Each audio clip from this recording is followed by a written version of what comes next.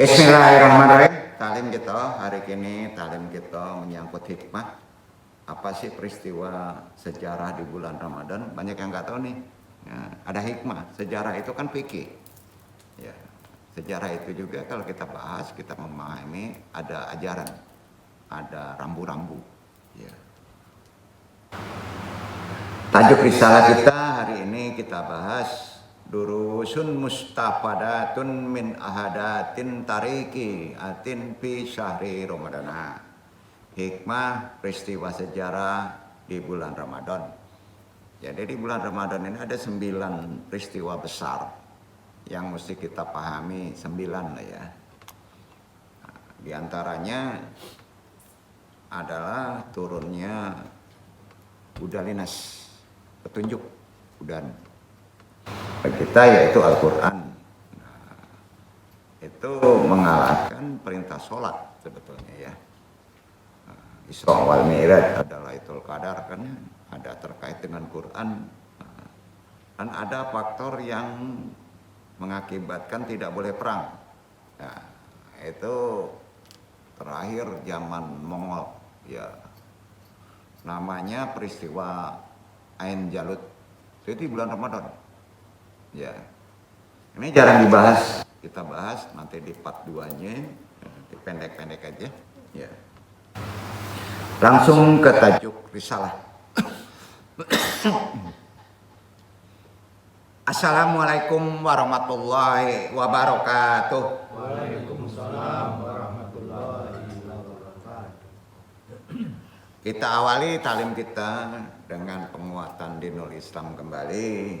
Syahadatain, talqin zikir tentunya ditujukan hanya kepada Allah Subhanahu wa taala. Sama-sama kita lafalkan.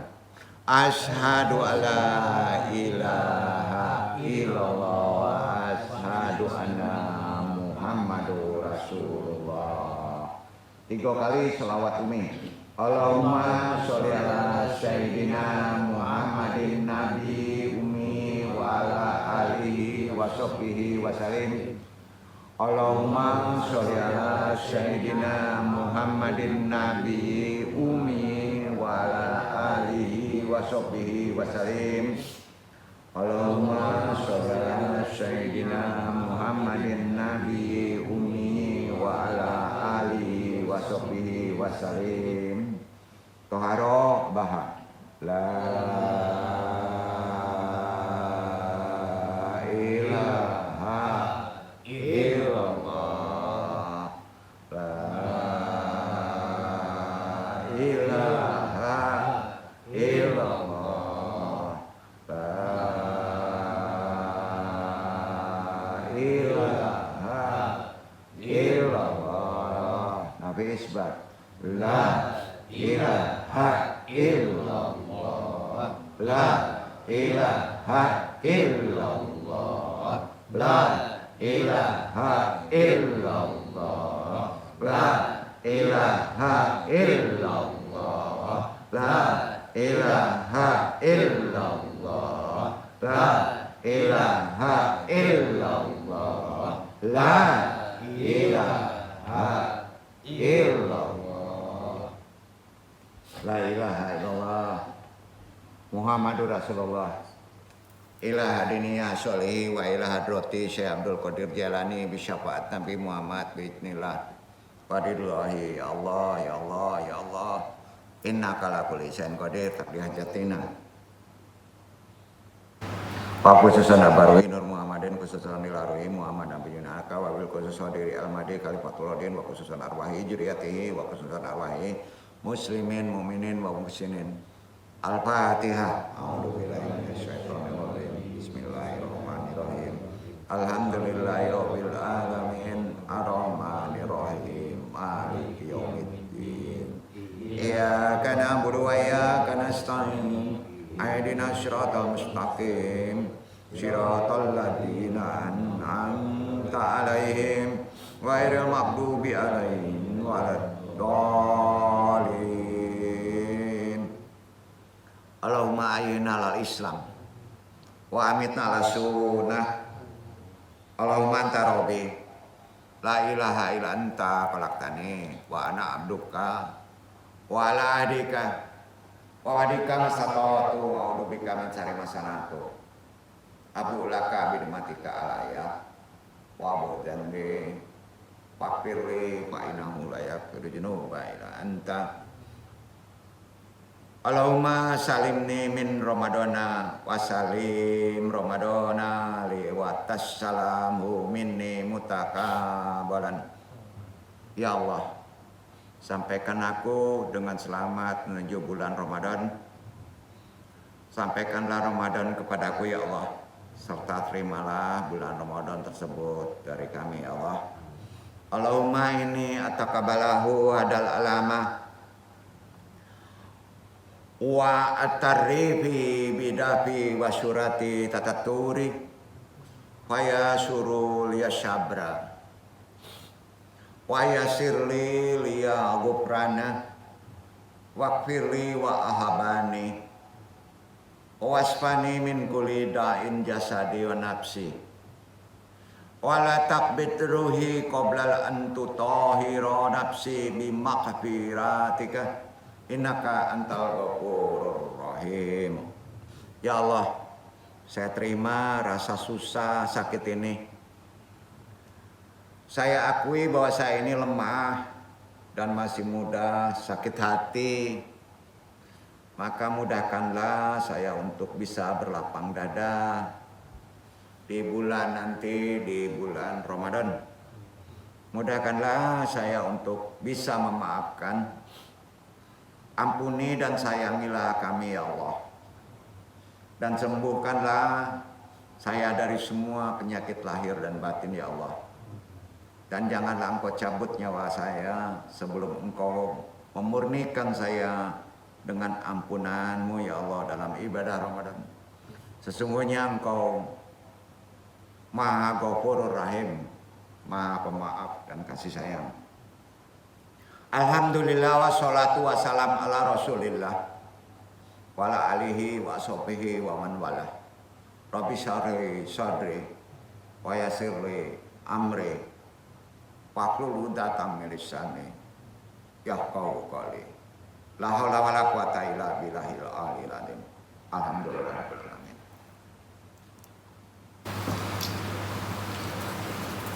Puji syukur kehadirat Allah Subhanahu wa taala dengan kodrat iradatnya juga rahmatnya kita masih bisa datang ke tempat ini. Tentunya tujuannya menggali ilmu, berthalibul ilmi secara agama Islam. As-sadatu ada'u jami'ati ahwati jami'ati subhanil masihiyati M.A. rahimahumullah. Kulu man yatlul Qur'anul Karim hudu wa riyana wa man yatlaluhu bitariqatin andung ta'limi. Wa man yataluhu mubasyaratan aba wa syaili tawasili ijtimai jami'uhum rahimahumullah. Fahadal istimai hadal fakirul ahmaku sanunakisu hajana lailata. Hadirin jemaah Iwan ya rahimakumullah, baik yang mengaji secara talaki langsung juga Ikhwan atau akhwat yang mengaji secara tidak langsung melalui dunia medsos. Semuanya rahimakumullah. Di pertemuan hari ini Al-Fakir yang bodoh ini tajuk yang kita malam ini kita bahas. Tadi sudah kita sebutkan. Durusun mustafadatun min ahadin tariqiatin fi syahri Ramadana. Hikmah peristiwa sejarah di bulan Ramadan. Kita bahas part 1 dulu. Ada peristiwa besar di bulan Ramadan itu dalam sejarah tercatat juga secara eksplisit dijelaskan di Al-Quran. Ada 9 peristiwa. Dan ini terkait puasa besok. Ya. Ada faktor-faktor yang perlu kita ambil dari sejarah yang ditetapkan oleh Allah untuk kita pelajari. Jadi 9 peristiwa bersejarah ini di bulan Ramadan kaum muslimin sifatnya wajib tahu. Ya. Salah satu peristiwa penting dari 9 itu yang terjadi di bulan Ramadan kan turunnya ayat suci Al-Quran. Ya. Untuk pertama kalinya kepada Nabi Muhammad SAW. Apa sajakah peristiwa yang terjadi di bulan suci tersebut? Di antaranya kita urai satu-satu dulu. Adalah sebagai berikut. Pertama, As-syahru aladina jala fil Qur'an. Bulan diturunkannya Al-Quran. Itu yang pertama. Ya, berarti Ramadan ini nggak boleh lepas dari tadarus Quran. Gitu ya. Karena di situ waktunya yang paling tepat. Nah, yang kedua, tahdiru madinati Makkah atau Fathul Makkah. Ya. Pembebasan kota Mekah atau Fathul Makkah, dibebaskan dari pengaruh syirik. Berarti Ramadan tidak boleh ada yang sifatnya syirik, baik itu kolbu maupun secara syirik nyata. Ya. Nah, kurangi meramal gitu. Kurangi berprediksi, gitu ya. Nah, itu amalannya ya. Ramadan itu amalan kita harus tauhid. Karena di sana ada pembebasan dari tempat tauhid itu dari patung-patung Lata dan Uzza, ya. Itu sejarahnya, Pak. Bisa kita ambil menjadi fikih amalan. Yang ketiga, Marakatu Badrin. Apa itu? Perang Badar. Ya, ada perang Badar. Di sini ada hikmah, ya. Nah, kemenangan atau kekalahan di sini. Di situ puasa kita gini menang atau kalah nanti, ya. Nanti kita bahas. Keempat, ahdatu rahlatin Nabi Muhammad SAW ila Tabuk. Peristiwa perjalanan Nabi ke Tabuk, Jazirah Arab. Ya, jadi ada perintah syiar. Untuk syiar tuh, ya, syiar agama, ada dakwah. Ya, jadi kita boleh mendengarkan taklim di samping itikaf siangnya. Ya, nah itu makanya ada disebut tarawih. Ya. Itu yang keempat. Yang kelima, al-Islamu yasilu ilal Yaman. Nah, menyeberang syiar itu meluas ke Yaman. Ya, ini ada sangkut paut yang disebut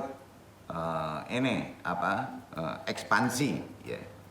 Tapi gimana kita ekspansi menaklukkan itu? Ya, dalam konsep ajaran Islam, terutama menundukkan orang, termasuk menundukkan kita materi atau rohani kita. Ya.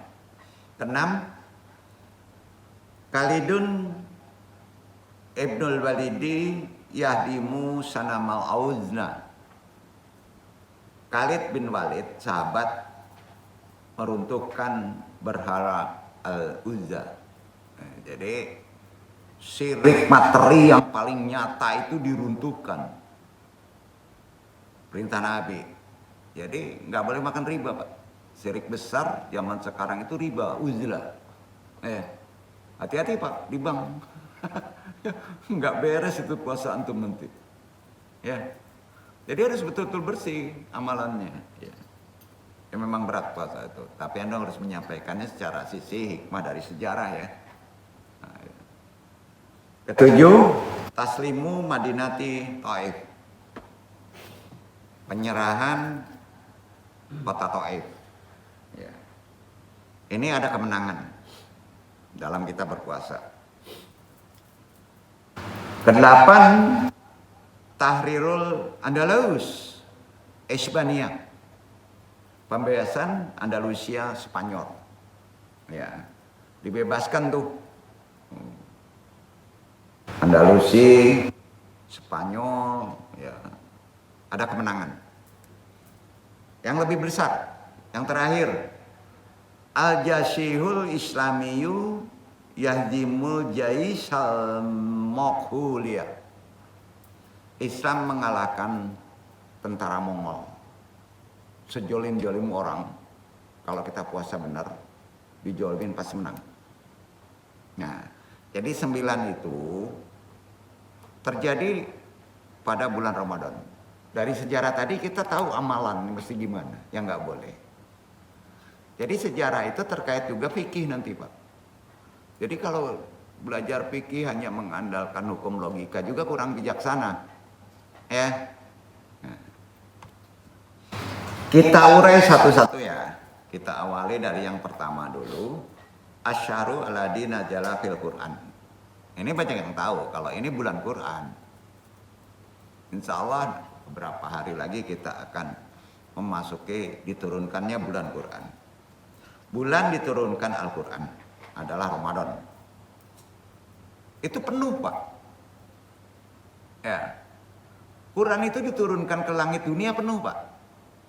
Tidak terurai. Dari langit dunia ke manusia, ke bumi itu mirip berdasar kebutuhan.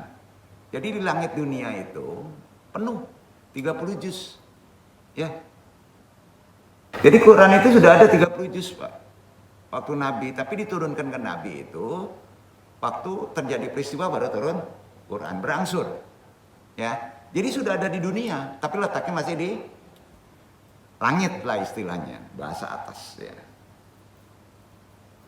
Beberapa hari yang ditentukan itu adalah bulan Ramadan, bulan yang diturunkan di dalamnya permulaan Al-Quran. Ya, sebagai apa Al-Quran itu? Petunjuk kita hidup di atas dunia dan keselamatan kita, penjelasan masalah akhirat. Ya. Nah, ada pemahaman yang lebih dalam dari Quran itu. Kita tahu membedakan ini salah dan ini benar. Ya, kadang-kadang manusia itu tidak paham perkara itu, jangan dianggap sepele Pak. Dan zaman sekarang itu kan rancu Pak, mana yang haram, mana yang benar, mana yang salah. Karena kecerdasan manusia itu menjadi terbalik-balik. Ya. Perkara Quran ini didalilkan oleh Quran. Bulan Ramadan ini turun Al-Quran ada di Al-Baqarah kan?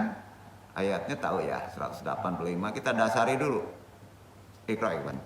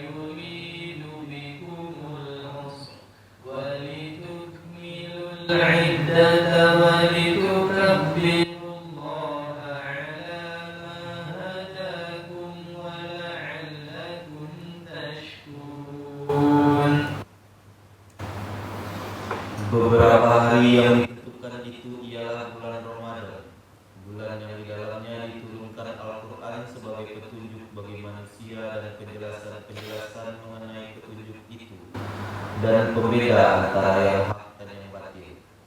Karena itu, barang siapa di antara kamu hadir di negeri tempat tinggalnya di bulan itu, maka hendaklah ia berpuasa pada bulan itu.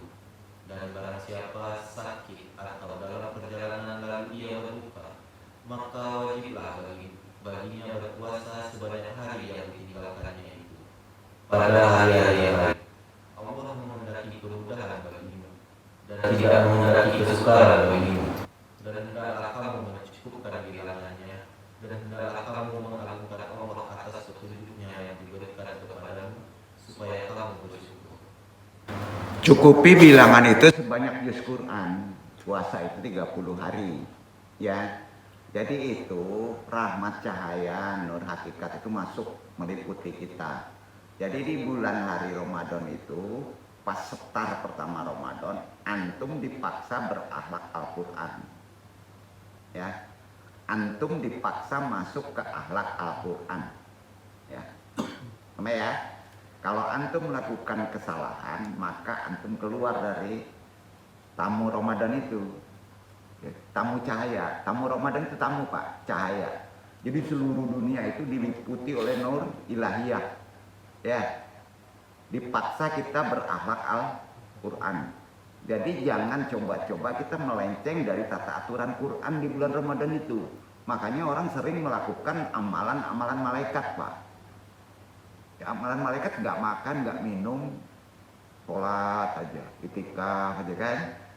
Nah, itu makanya Ramadan itu orang dulu itu serius Pak, spiritualnya itu murni. Kalau di tarekat itu udah titik kopi itu, ya Ramadan. Tapi Allah itu tahu, ya dibatasi waktunya karena kita ini punya hawa nafsu kan, betul kan? Ada yang terhalang, ada yang dalam perjalanan, tapi tetap terutang harus tetap 30. Nah, itu maknanya. Nah, jadi yang harus dipahami karena waktu itu waktu Quran tuh ya. Waktu kita berakhlak Quran. Bapak bentar lagi masuk akhlak Quran loh. Nabi itu akhlaknya Al-Quran yang berjalan. Ya, yang dipraktekkan. Dipaksa kita praktek itu. Jadi jelas Ramadan ada keutamaannya ya. Kita dikurung, diliputi oleh cahaya Quran. Itu spiritual loh. Dan itu betul loh. Hati-hati Pak. Jadi bukan, bahayanya gini ya Pak ya. Kalau bulan itu dipaksa suci, kamu membuat kekotoran, kamu ketendang tuh. Bukan kita yang sial. Jadi bulan itu hati-hati, nggak boleh ada pertumpahan darah kan gitu ya. Betul kan? Nggak boleh ada berbohong. Harus sidik. Berat nggak Pak? Berat ya. Tapi Allah maklum tuh.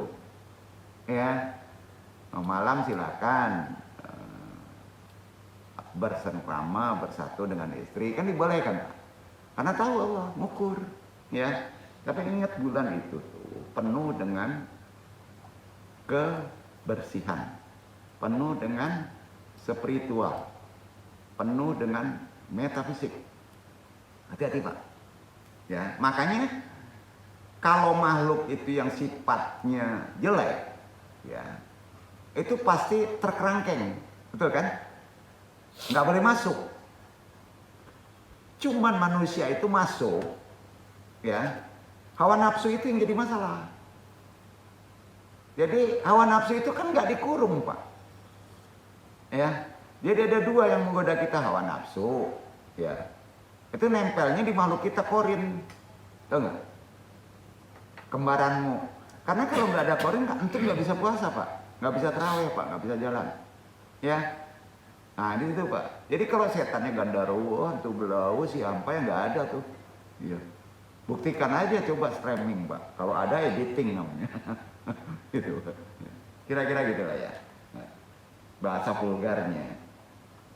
Jadi jelas dari satu sisi sejarah diturunkan Al-Quran aja, setelah kita jabarkan paham. Mudah-mudahan kita lebih serius bahwa kita memasuki dunia yang berbeda, waktu yang berbeda. Di set 30 sama dengan Quran, ya kan? Kan harus 30 Pak. Ya. Para pakar tafsir, pakar hadis mencatat begini. Allah menurunkan kitab-kitab suhuf, kitab-kitab kecil lain seperti Zabur, Taurat, Injil, sampai Al-Quran penghimpunannya kepada rasul-rasul sebelumnya. Itu semuanya di bulan Ramadan.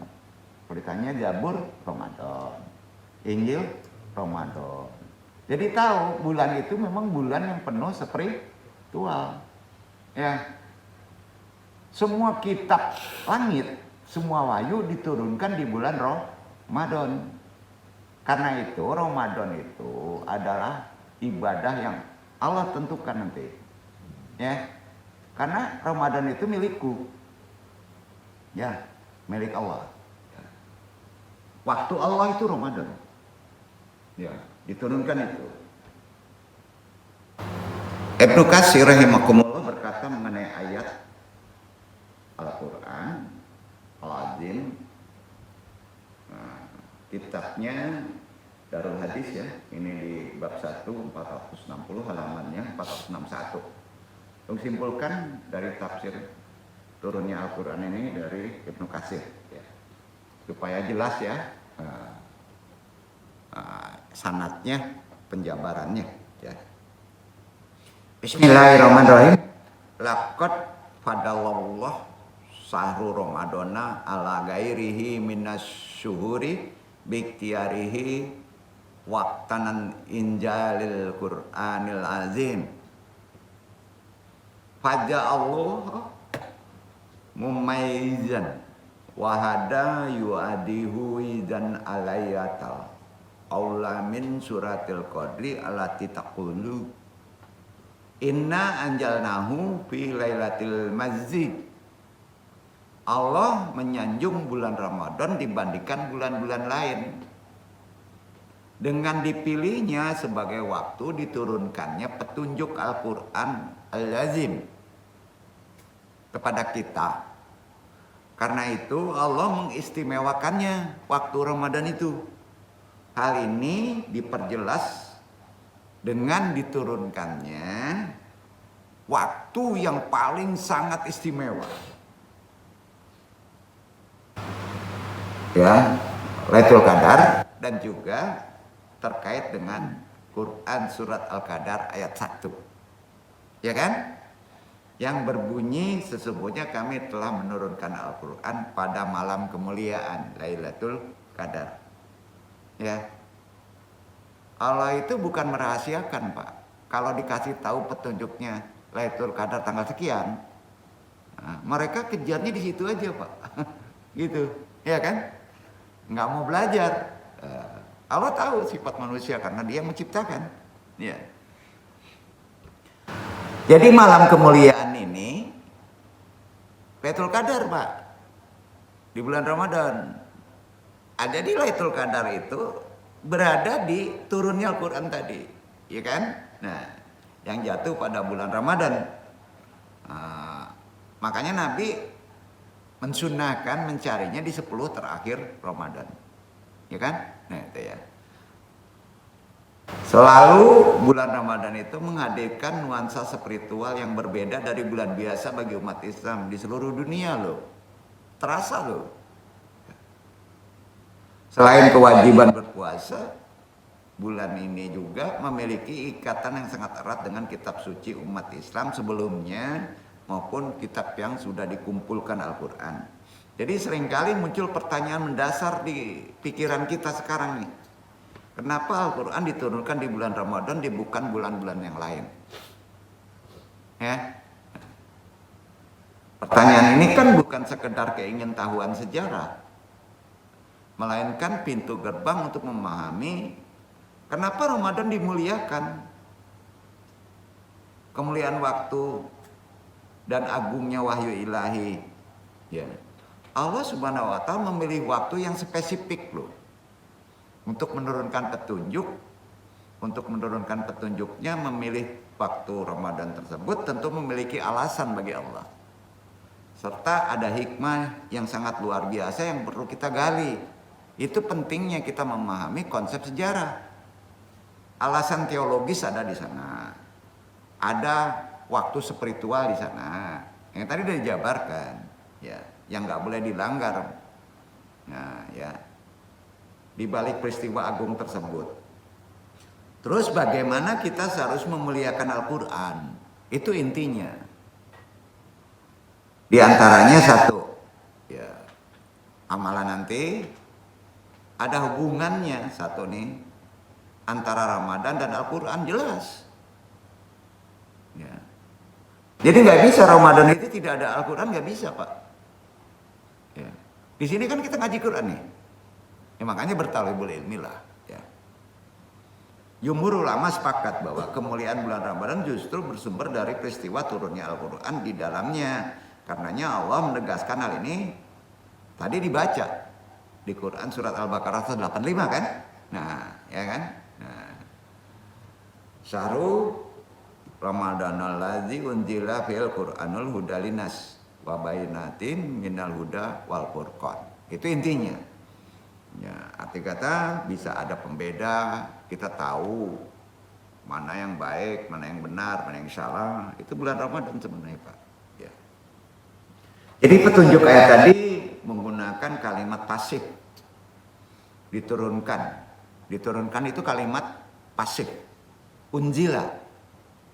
Itu sengaja diturunkan di bulan Ramadan unzila. Ya. Yang dalam ilmu tafsir, ya. Ilmu tafsir begini, kita belajar tafsir sedikit ya. Begini. Menunjukkan unzila diturunkan pada waktu itu, ya, menunjukkan keagungan Allah sebagai subjek yang menurunkan wahyu. Itu ilmu tafsir. Ya, begini artinya. Dalam ilmu tafsir menunjukkan unjilah tadi keagungan Allah sebagai subjek yang menurunkan wahyu. Jadi Ramadan itu hati-hati Pak. Di sana ada keagungan Allah, jangan dilanggar. Terkait 11 bulan ke depan. Ya.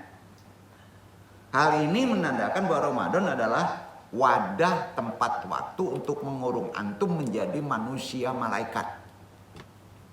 Tuh, Pak. Ya. Kan bahasanya gitu. Ya. Taklid. Allah perintah begitu. Allah larang jangan. Betul kan? Nah. Allah tahu ada toleransi. Bayangin kalau sepenuhnya Pak dijadikan seperti malaikat Pak. Nggak mungkin. Ya. Jadi di sini perlu kita tahu dalam tarik sejarah proses turunnya Al-Quran harus kita pahami secara lebih sisi yang berbeda nih. Gini nih ya. Turunnya Al-Quran itu wajib kita ketahui di bulan Ramadan datangnya itu dari Lauhul Mahfuz ke Baitul Izzah. Jadi gini, Lauhul Mahfuz itu akhirat Pak. Baitul Izzah itu langit bumi Pak. Sekaligus 30 juz. Ya. 30 juz. Masuk tuh. Ya. Jadi manusia itu sudah diberi petunjuk di kolbu itu 30 juz. Ya, 30 juz. Hakikatnya itu ilham. Jadi nggak ada manusia itu menunjukkan bahwa dia tidak merasa tidak tahu karena diberi pengetahuan.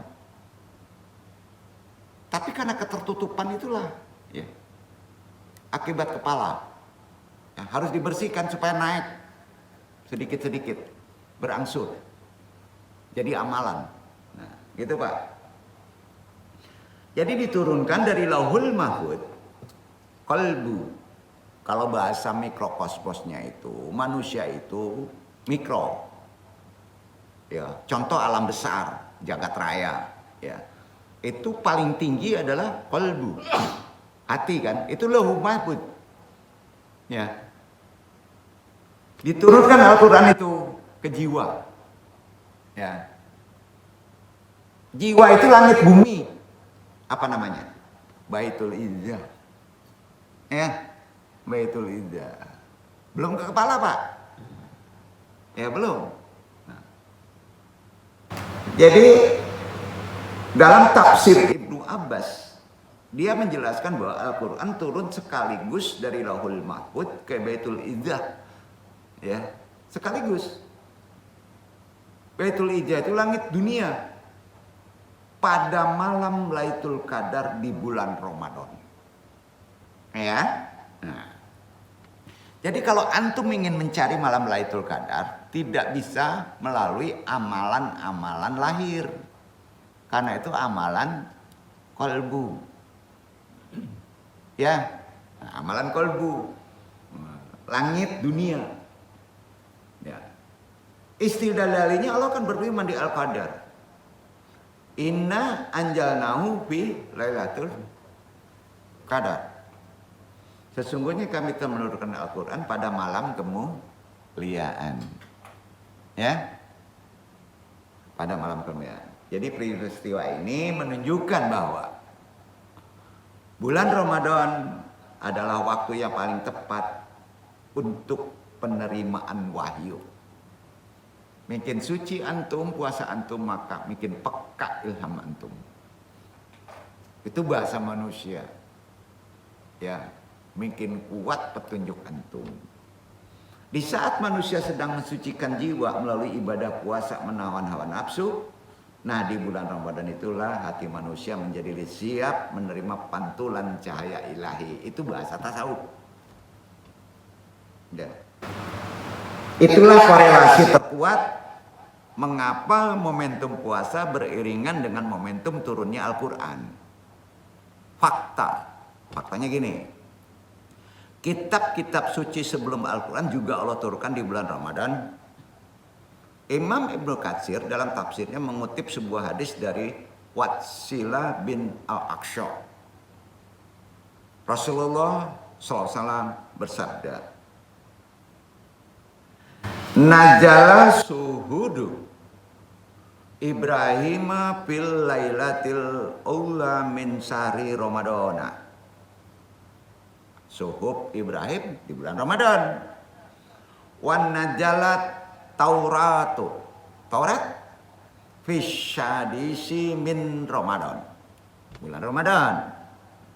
Wan najalal Injilu fit talit syahri min Ramadan. Injil Ramadan. Wan nazalal Qur'anu fir Rabbi wal isrina min Ramadan. Al-Quran Ramadan. Suhub Ibrahim diturunkan pada malam pertama bulan Ramadan. Jadi dikasih tahu Pak, suhub Ibrahim perkara tauhid itu malam pertama bulan Ramadan. Taurat diturunkan pada tanggal 6 Ramadan. Udah seminggu Pak. Ya. Jadi Taurat di situ Pak. 1 sampai 6 Ramadan itu suhub Ibrahim ajaran tauhid. Nah, yang kedua Taurat ya. Minggu kedua Taurat 6 Ramadan. Injil turunkan pada 13 Ramadan. Ya. Dan Al-Quran diturunkan tanggal 24 Ramadan. Al-Quran. Nah, ada hari mulia di tanggal 24 itu. Sampai 30. Ya. Jadi kalau mau secara hukum sejarah, secara hukum dalil Quran, secara ilmu tasawuf, mencari Lailatul Qadar itu umumnya orang tarekat dari tanggal 24, Pak. Syariat tanggal 10. Paham ya? Itu itikaf. Ya, memperbanyak tadarus. Ya. Dalam ilmu mutolaah itu kita harus tahu juz, harus tahu surat kita. Itu diputar-putar di situ. Kita pernah mengamalkan itu. Nah, ya? Nah, itu dia. Nah, jemaah ini pernah mengamalkannya. Ya. Hadis riwayat Ahmad yang harus disampaikan. Jadi kalau ditanya mana bukti fakta turunnya wahyu-wahyu Taurat, Injil di bulan Ramadan, itu dia dalilnya. Jadi jelas dalilnya. Riwayatnya Ahmad. Ini banyak yang nggak tahu. Sebagian besar banyak yang tahu turun Taurat di bulan Ramadan, tapi sandaran dalilnya kan harus jelas. Ya, ternyata riwayatnya Ahmad ya. Untuk kitab-kitab wahyu langit sebelum Al-Quran di bulan Ramadan. Hadis ini memperkuat alasan kenapa Al-Quran diturunkan di bulan Ramadan, yaitu karena bulan ini merupakan bulan wahyu. Jadi ini bulan wahyu nih, bentar lagi nih. Yang telah Allah tetapkan sejak zaman nabi-nabi terdahulu sebagai waktu turunnya risalah langit. Jadi bapak-bapak kalau ingin tajam ilham, ya itu saatnya di bulan Ramadan. Kalau ingin mendalami secara waktu petunjuk lebih spesifik ke tauhid itu di awal pertama Pak.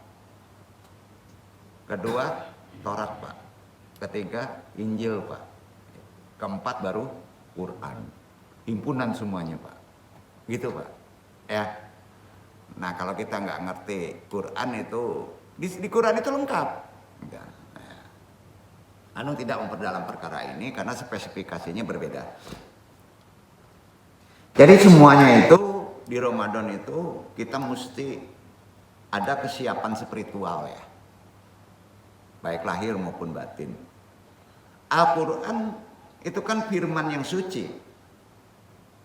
Dan ia hanya dapat menyentuh kedalaman kepada hati yang apa Pak?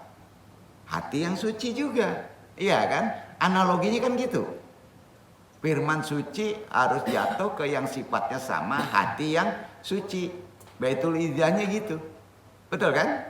Nah ya. Karenanya ibadah puasa berfungsi mengikis habis kotoran di kolbu, gremet ya. Nah, kalau di sana ada suci, amalan keduanya apa Pak? Melemahkan syahwat, jangan menghilangkan, kendalikan, lemahkan syahwat. Jadi cara melemahkan syahwat itu ajaran syariat banyak. Kontrol pandangan, ya, total tidak makan. Yang ditentukan waktunya walaupun halal akan menjadi haram kalau melanggar waktu. Itu melemahkan syahwat, bukan menghilangkan syahwat, ya. Nah. Dominasi syahwat itu dikurangi, ya. Bahkan dilemahkan. Ketika fisik manusia lemah, dengan amalannya lapar, dahaga, ya, dengan niat lillahi ta'ala, bukan karena niat surga, bukan karena niat ingin beres sesuatu Pak, bukan karena niat, pokoknya lillahi ta'ala, perintah Allah begitu, ya. Rohani mereka justru insya Allah yang berpuasa seperti itu, ilham tajam, rohani menguat, tuh. Ya, dalam kondisi inilah Al-Quran dapat masuk. Setuju Pak? Jadi Al-Quran itu akan mudah hafal kalau puasa kita benar. Nah ya, membaca itu cepat tuh Pak. Apal maknanya jelas. Ya, itu yang disebut aurat atau wirid, diulang. Ya. Jadi waktu yang tepat kapan Pak? Menghafal Quran itu sebaiknya waktu tepat di bulan Ramadan. Ya. Kenapa dapat masuk di sana hudan, petunjuk, serta bukan petunjuk aja, furqan, pembeda. Ya. Nah. Maksimal tuh. Oleh karena itu kita melihat fenomena umat Islam yang lebih giat membaca, kemudian mentadaburi Al-Quran di bulan ini dibandingkan bulan lainnya, ya, itu akan lebih kuat Pak. Hafalan kita, tadabur kita, akhlak kita kepada Quran. Jadi untuk bisa wujud menjadi akhlak Al-Quran di bulan Ramadan, karena kita diliputikan itu, memahami kemuliaan Quran seharusnya pertama motivasi dulu, untuk tidak sekedar menahan lapar haus saja, tapi puasa kita harus berbeda, termasuk puasa dari menahan pandangan, puasa mata, telinga, dan itu semuanya kan itu ya. Nah, bukan secara fisik saja, tapi kita juga disunahkan, diharuskan sebaiknya untuk kita membaca Al-Quran, menghafalnya bila perlu. Karena kita yang bisa menghafalnya dikasih kepala itu untuk dihafal. Karena waktunya yang tepat, yang ditetapkan oleh Allah di sana waktunya bulan Ramadan. Menghafal itu enggak tiap hari Pak. Yang paling tepat kalau ada metode apa aja metode Quran, yang paling tepat menghafal Quran ada disuruh Allah ada Ramadan. Ya, Ramadan Pak. Maka sempurna ibadah puasa antum dengan menghafal ini, insya Allah ya, bisa mencapai apa yang diinginkan berdasarkan Quran. Apa itu Pak? Derajat tertinggi, mutakin, bukan muslim. Yang diperintahkan puasa kan dari derajat paling rendah Pak, muslim. Sudah muslim, derajat tertinggi kata Quran, bukan muhsin, mutakin. Ittaqallah. Ittaqallah kalau Jumat kan diberi petunjuk yang paling tinggi Pak. Ya, kemarin udah membahas. Ya. Artinya kan tahu mutakin itu orang yang bertakwa. Itu derajat paling tinggi, nggak ada derajat lain tuh. Ya. Jadi kalau ihsan masih di bawah mutakin Pak. Ya.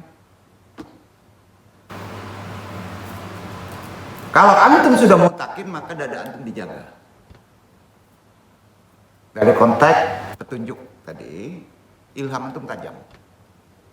Dikuatkan dengan akal supaya jangan bertolak belakang ilham tadi. Hafal Quran. Hafal itu hafalan di kepala. Ya. Supaya dada kamu tidak bertolak. Nah. Dengan cara menghafal Al-Quran.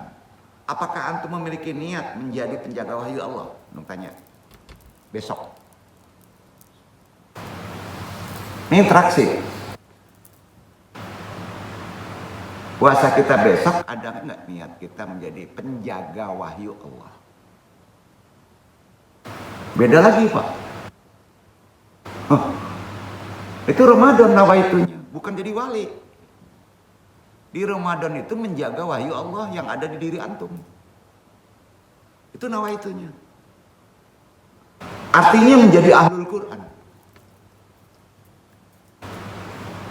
Tentunya yang bersanad ya, kepada Rasulullah ujungnya. Maka programlah puasa antum besok menjadi nawaitu kita penjaga wahyu Allah. Niatkan aja Pak. Kalau niatnya sudah ada, ya niat ada nih. Kamu nggak mempraktekannya, ya tidak membaca, tidak berdosa, tapi dapat pahala. Ya, sampai Pak. Kan hukum niat gitu Pak. Kalau antum berniat ingin membunuh orang, ya, membunuh orang nih, tapi kamu tidak praktekannya, tidak berdosa. Betul kan? Allah gitu Pak sayangnya, maka pasang aja niat. Kuatkan ya Allah saya bisa menjaga wahyu. Syarat menjaga wahyu Allah ada apa? Hafal Quran, tadabbur. Walaupun hanya satu ayat. Nggak mungkin lah nggak yang hafal satu ayat. Kalau orang baca Al-Fatihah kan ngelotok semuanya. Ya. Itu kurikulum pertama di bulan Ramadan. Kurikulum arti kata paling ini spesifik, paling utama itu dulu. Menjaga wahyu dengan cara menghafal Al-Quran. Satu, kurikulum menghafal Al-Quran.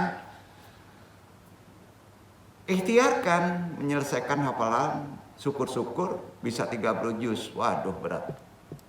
Karenanya di perintah Nabi dibaca aja dulu per hari 1 juz. Per hari 1 juz. Sering disampaikan, ulama banyak sampaikan itu. Karena bulan Quran. Ya. Insya Allah kalau benar 1 juz antum bisa nggak dipaksakan pikiran antum melotok aja tuh. Setahun tahu-tahunya udah hafal aja. Ya. Itu pertama amalan Ramadan. Dengan memahami konsep diturunnya Al-Quran kita dapat amalan kan? Ya. Kedua, gunakan penerapan metode secara Islam. Apa metodenya? Untuk hafal Quran, untuk bisa tadabbur Quran. Namanya metode otak. Karena kita ada otak. Jadi tahu nggak antum ya? Antum itu dikasih otak bukan untuk berpikir yang macam-macam, disuruh untuk menjaga wahyu. Jadi suruh ngapal Quran itu hakikatnya otak Pak. Dan di set itu otak manusia itu mampu 30 juz. Jadi kalau ditanya hakikatnya antum diberi amanah otak untuk apa Pak? Untuk menghafal petunjuk Al-Quran gitu. Itu menjaga wahyu.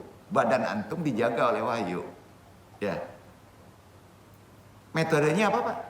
Kata Allah metode otak. Nggak enak ngomongnya ya metode otak. Benar Pak. Ini kan ada nih. Metode smart. Kamu larinya ya? Kamu tuh. Metodenya gampang, metode utak gitu sih. Itu perintahnya. Karena manusia hakikatnya diberi nalar. Betul? Makanya orang yang penghafal Quran Ramadan kan harus orang yang sudah balik. Sudah bekerja. Nalar, otak gunanya untuk bisa memahami, mentadaburi, menghafal Al-Quran. Hanya itu tugas otak kita sebenarnya, hakikatnya. Jadi perlu dipahami ya Iwan ya. Menghafal itu bukan sekedar mengulang kata. Ini sering salah persepsi nih. Wahyu itu menghafal bukan mengulang kata Pak. Itu jalan cara. Ya, sekali lagi, kalau kita menggunakan Islami atau menggunakan otak nalar, metodenya, metode atau cara torekot, itu namanya metode torekot. Secara jalan, metode kan jalan, torekot. Bisa memaksimalkan fungsi otak kanan dan kiri, ya, menggunakan visualisasi dan asosiasi dan pemahaman sehingga hafalan tidak mudah hilang. Anung tidak akan perdalam metode torekot ini dalam menghafal Quran. Belum. Itu disiplin ilmunya beda. Ya. Beda, Pak. Sehingga hafalan tidak mudah hilang, pokoknya gitu, Pak. Banyak orang menghafal secerdas orang. Kan orang gini, Pak. Ada mudah hafal, gampang hilang. Ada lama menghafal, susah hilang. Betul kan? Ya. Pokoknya tidak mudah hilang deh. Syaratnya satu, Pak. Qalbu antum bersih. Itu dia. Makanya kata ulama dulu, kalau kalbu antum di bulan puasa dikotorin, banyak ulama mengatakan gini ya, kita sedang tazkiyatun nafs, membersihkan kalbu. Ya, udah apal Quran misalnya 2 juz. Tahu-tahu kita jalan-jalan ke pasar ngelihat paha aja, Pak. Hilang 1 juz. Nggak percaya, Pak. Coba, Pak. Sekarang kan syahwat itu diumbar di medsos, Pak. Makanya banyak yang hilang, Pak. Blank aja itu. Jadi yang membuat hilang itu bukan di otaknya, Pak. Kebersihan kalbu. Benar itu. Nggak percaya. Percaya nggak nih? Kita praktekin. Misalnya gini. Ivana Chandra misalnya kan sudah hafal 1 juz. Udah jalan-jalan deh. Lihat tuh yang KTB-nya kelihatan gitu kan. Hilang tuh lama-lama 1 juz tuh. Percayalah. Bener Pak, cepet bener hilang itu. Karena kalbu itu nggak boleh direcokin dengan syahwat. Duduk ya. Ini penting. Jadi susah juga ya. Bener Pak, kalau misalnya puisi, lagu, mungkin tajam Pak. Bedanya, ini Quran. Quran itu ayat suci, maka kalbu harus suci. Itu analoginya. Ya. Jalannya yaitu indrawi. Kebayang ya? Nah, jadi kalau ingin metode Quran secara torekot, secara nalar, yaitu tadi kuncinya tazkiyatun nafs. Caranya di torekot apa Pak? Nafi isbat. Ya, betul kan? Bersihin kalbu. Maka petunjuk ilham naik kan? Ilham itu sebenarnya bisa dijabarkan, bisa dikatakan sebagai Quran. Karena dari zahirnya manusia itu baik. Karenanya hafalan tidak mudah hilang itu yang disebut metode mutkin yang akan Anu ajarkan insyaallah.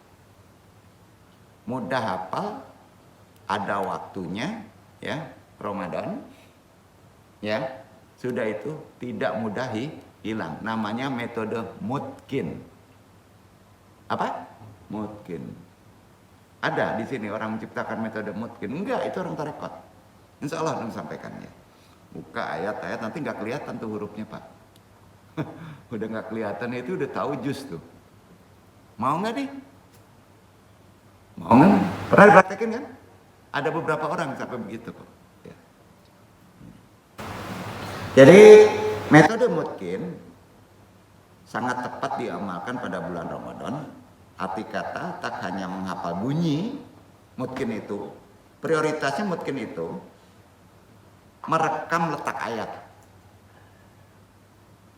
Direkam letak ayatnya Pak. Ya. Dan halamannya dalam memori fotografis mata kita. Karenanya membaca Al-Quran itu harus ada mushaf Quran. Begitu. Yang bersih Quran nggak ada tafsir. Ada Quran. Quran aja. Nggak ada tafsir. Kalau itu ada tafsir kan. Beda lagi itu udah mana Bapak. Itu mungkin. Salah nanti ulang. Kalau ada waktu nanti di Ramadan, ya. Nempel insya Allah Pak. Nempel secara kodrati tubuh antum. Kalau surat antum di situ, juz antum di situ, itu aja nempel. Karena nggak mungkin semuanya. Kalau semuanya itu Nabi Pak. Akhlak Quran kita akhlak surat. Gitu Pak. Jadi nggak boleh nyombong loh. Ya gitu Pak. Jadi tak hanya menghafal bunyi metode mungkin ini, tapi juga merekam letak ayat dan halamannya dalam memori fotografis mata kita. Karena dalam membaca kita wajib melihat fisik dan huruf Quran pada Quran yang murni Quran. Paham ya? 18 baris spiritual tauhid yang diamalkan. Hitung barisnya itu berapa? 18. Tapi ada tafsir, nggak bisa murni Quran. Cara ngapalnya di situ, ya. Bukan metode semat ini disuruh mungkin dulu dikasih semat. Komar kalau nggak salah. Ya, jadi kacau kita, mengandung stop. Nah, semat itu apa? Semat bahasa Inggris ya. Ya. Tunggu dulu Pak, memang berat menghafal ini. Tapi metodenya bagus. Ya. Jadi harus ada fisik Quran secara 18 baris. Ya. Cara ketiga, pahami, baca, hafal, syarah, matan, tajwid. Itu masuk ketiga. Syarah, mata, tajwid. Banyak sekarang penghafal Al-Quran yang hafal ayat namun kurang menguasai teori tajwid. Betul kan? Betul kan? Yang duduk itu susah juga tajwid. Faktornya keturunan Sunda, Jet aja susah. Ya. Makanya nggak boleh ajan itu digunakan pakai langgam sindennya, nggak boleh Pak. Salah makna. Nah ini yang boten-boten aja Pak. Ada lagam baru nih, kiroah, lagam ke Jawa, ya, pakai gamelan ujungnya, dia ngaco, susah. Jadi jangan diperdebatkan ya. Jadi yang aneh-aneh zaman sekarang. Nggak bisa begitu Pak. Karena teori tajwid itu bisa merubah arti loh. Secara mendalam harus paham itu. Di sini wajib penghafal memahami syarah matan tajwid atau tuhfatul atfal atau az-zazariyah. Aduh, mungkin pusing nih. Artinya gini, ya, menjamin bacaan tak hanya lancar tapi benar.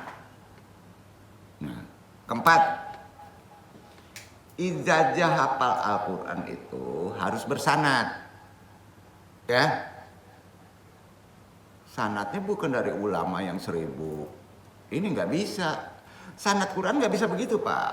Ya, sampai ke Rasulullah. Artinya bacaan harus tersambung riwayatnya melalui guru-gurunya terus menyambung hingga Rasulullah, malaikat Jibril, Allah Jalla. Sama dengan tarekat. Jadi memiliki sanad adalah bentuk pertanggungjawaban ilmiah secara spiritual Islami yang tertinggi dalam ajaran-ajaran Islam. Kalah itu win tuh. Bener Pak. Ya. Bayangin di atasnya itu Rasulullah, malaikat Jibril, Allah. Ya, benar kan? Sanadnya begitu kan. Begitu tradisi Islam dalam ilmiah spiritualnya. Bukan akademisi lagi, ini udah naik nih. Karenanya amal, ya, amalkan di bulan Ramadan mulai dari sekarang pelan-pelan dulu. Ya, pelan-pelan dulu. Apa Pak besok amalannya? Bersihin kolbu aja dulu deh. Ya kan?